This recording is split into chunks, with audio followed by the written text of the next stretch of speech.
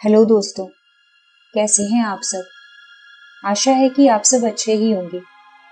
आज मैं आपके लिए एक नई कहानी, छुपा हुआ एक राज लेकर आई हूँ। कहानी पसंद आए तो मेरे चैनल को सब्सक्राइब करना और वीडियो को लाइक करना ना भूलें। साथ ही साथ अगर आप चाहते हैं कि मैं भविष्य में भी आपके लिए ऐसी ही कहानियाँ लेकर आती रहूं, तो उनकी अपडेट्स पाने के लिए बेल आइकन को भी प्रेस कर दें। तो चलिए शुरू करते हैं। मनोहर पुलिस को दहलीज पर ही रोके खड़ा घूर रहा था। वह गुस्से से बोला, इसका क्या अर्थ है इंस्पेक्टर कामत? आप एक तो बेवजह मेरे घर में घुस रहे हैं और हम पर संगीन आरोप लगा रहे हैं। इंस्पेक्टर कामत के चेहरे पर वही सर्द भाव बने रहे। वह बोला, मेरे पास वारंट है आपके घर की तलाशी के, ये देखिए। कामत ने वारंट मनोहर को थमा दिया और कहा, इसलिए अच्छा होगा कि आप हमारा रास्ता न रोकें और हमें जांच करने दें, नहीं तो पुलिस कार्यवाही रोकने के इल्जाम में आपको सजा भी हो सकती है। वारंट देख मनोहर की शक्ल से हवाइयां उड़ने लगी। न चाहते हुए भी उसने पुलिस वालों को घर में प्रवेश करने दे ही दिया।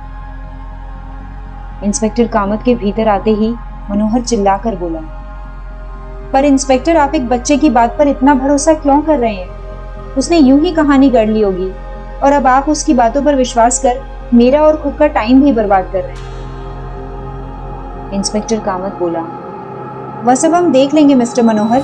आप आराम से अपनी बीवी और बच्चे के साथ सोफे पर बैठिए जब तक जांच खत्म न हो जाए। मनोहर ने वही किया और वह बैठ गया अपनी बीवी और लड़के के साथ। वह और उसकी पत्नी संजना अपने पुत्र रुद्राक्ष को थामे खौफ और बेबसी भरी नजरों से यह सब देखते। और तभी एक हवलदार दौड़ता हुआ आया कामत के पास। वह हवलदार कामत को किचन की तरफ ले गया। यह देख न जाने मनोहर को क्या हुआ और वह उठ खड़ा हुआ और सीधे किचन की तरफ भागता हुआ गया। वह इंस्पेक्टर कामत और उस हवलदार से पहले ही किचन में दाखिल हो गया और उसने फौरन ही एक बड़े से किचन नाइफ को उठाकर कामत की तरफ करते हुए कहा, इंस्पेक्टर, एक कदम भी आगे मत बढ़ाना, अभी निकल जाओ मेरे घर से, वरना। इतना कहकर उसने कामत की तरफ से वह चाकू हटा अपने गले पर रख दिया और गुर्राते हुए बोला, वरना मैं खुद की जान ले लूंगा। इस समय तक बाकी पुलिसकर्मी भी किचन के बाहर जमा हो चुके थे। संजना भी आ चुकी थी और अपने पति को यह हरकत करता देख चीख पड़ी। पर कामत पर इस धमकी का कोई असर नहीं हुआ।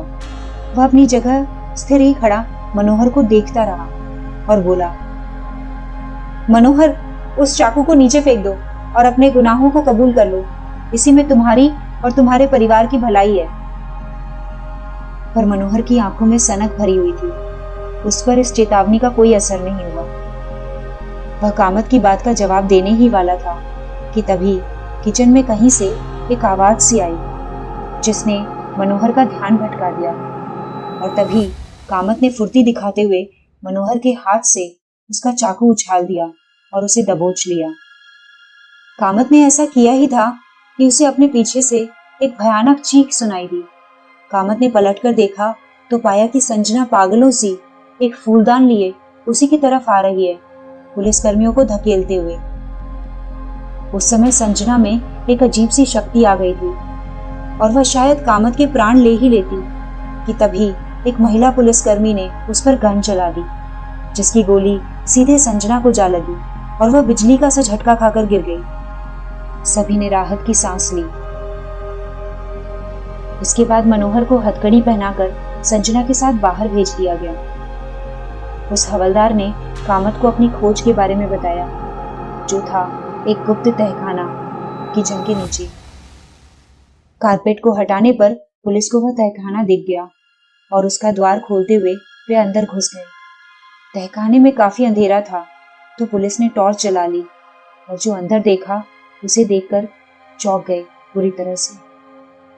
उस तहखाने में एक वृद्ध महिला थी, जंजीरों से बंधी हुई, जो काफी कमजोर लग रही थी। पुलिस वालों को देखकर वह कुछ बोलने लगी, पर कमजोरी के कारण अधिक जोर न बोल पाई।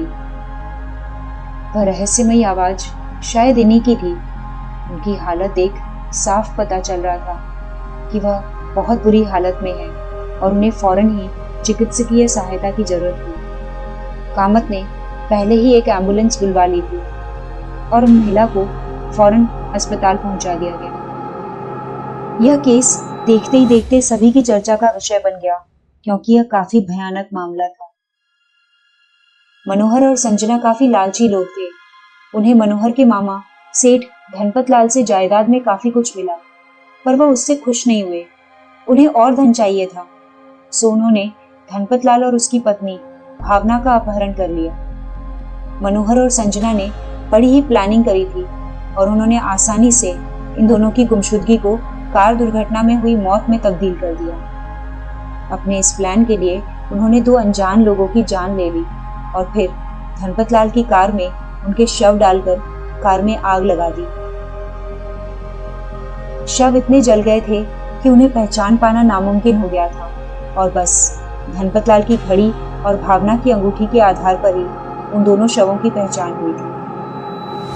वहीं मनोहर और संजना छुपकर धनपत लाल और भावना को अपने घर ले आए और तहखाने में उन्हें बंद कर दिया। एक तांत्रिक ने उन्हें बताया था कि धनपत लाल और भावना देवी पर कुबेर और माता लक्ष्मी का आशीर्वाद था, जिस कारण यदि उनकी बलि चढ़ाई जाए तो फलस्वरूप मनोहर और संजना पर धन की वर्षा होगी। इसलिए उन्होंने तांत्रिक के कहे अनुसार खास तारीख पर धनपत लाल की बलि चढ़ा दी। यह सब शायद पुलिस को पता न चलता अगर विवान न होता। विवान धनपत लाल की दूसरी बहन का पोता था और वह धनपत लाल और भावना का बेहद लाडला था। एक दिन अचानक ही उसे सपने में धनपत लाल दिखने लगे, जो उसे कुछ कहते, पर विवान उस सब का कुछ अर्थ समझ नहीं पाता था। लेकिन वह समझ गया था कि धनपत काफी दुखी थे और वह कुछ बताना चाह रहे थे।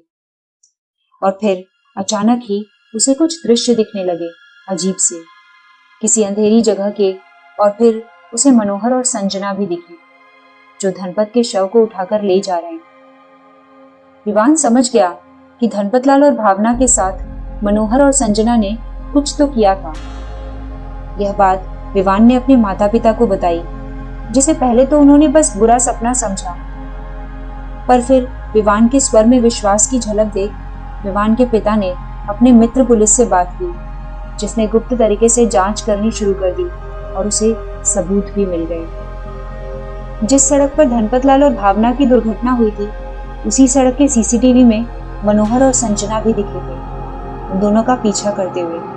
पर सीसीटीवी हर जगह मौजूद नहीं थे और न ही वो दोनों अपनी साजिश को अंजाम देते हुए कैद हुए थे, इसलिए यह ठोस सबूत नहीं थे।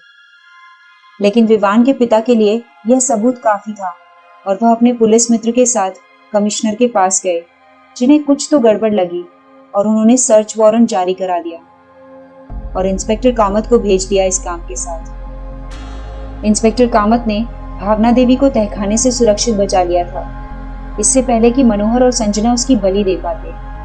अच्छे से इलाज मिलने के बाद भावना देवी दोबारा स्वस्थ हो गई और उन्होंने पुलिस को मनोहर और संजना की सारी करतूत बता दी, जिस कारण उन दोनों को जेल हुई।